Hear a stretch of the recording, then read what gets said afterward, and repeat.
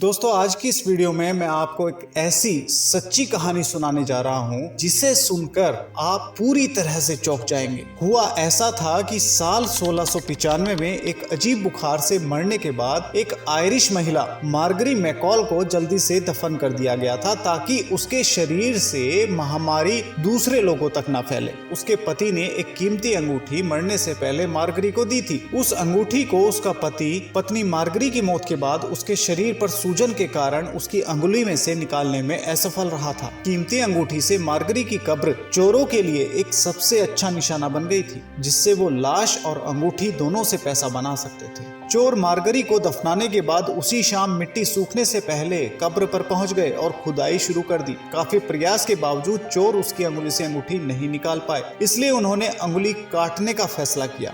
जैसे ही उंगली काटी, खून की फुहार बाहर आ गई और मार्गरी सीधे बैठकर चीखने चिल्लाने लगी। कब्र लूटने वालों का अंजाम तो पता नहीं चला, लेकिन कुछ लोगों के अनुसार इन चोरों की मौके पर ही मौत हो गई, जबकि एक अन्य का दावा है कि उसने भागकर चोरी के पेशे से तौबा कर ली। कब्र से निकलकर मार्गरी अपने घर वापस आ गई। उसने अपने दरवाजे पर दस्तक दी। उसका पति, जो कि पेशे से एक डॉक्टर था, अपने बच्चों के साथ घर पे था। मार्गरी के पति ने अपने बच्चों से कहा कि अगर तुम्हारी माँ आज भी जिंदा होती तो वो ऐसे ही दरवाजे पर दस्तक देती। जब उसके पति ने दरवाजा खोला तो उसने अपनी पत्नी को वहां खड़ा पाया और वह कफन में खड़ी थी। उसकी अंगुली से खून बह रहा था, लेकिन वह जिंदा थी। उसके पति ने देखा और वो डर के मारे फर्श पर गिर गया और दिल का दौरा पड़ने पर मौके पर ही मर गया, जिसे मार्गरी की खाली कब्र में दफनाया गया। मार्गरी का दोबारा से विवाह हुआ और कई बच्चे पैदा हुए। जब वह अंत में मर गई तो उसे शेंकल कब्रिस्तान आयरलैंड में दफनाया गया, जहां उसकी कब्र अभी भी मौजूद है और जिस पर लिखा है लाइव्ड वंस बरीड ट्वाइस।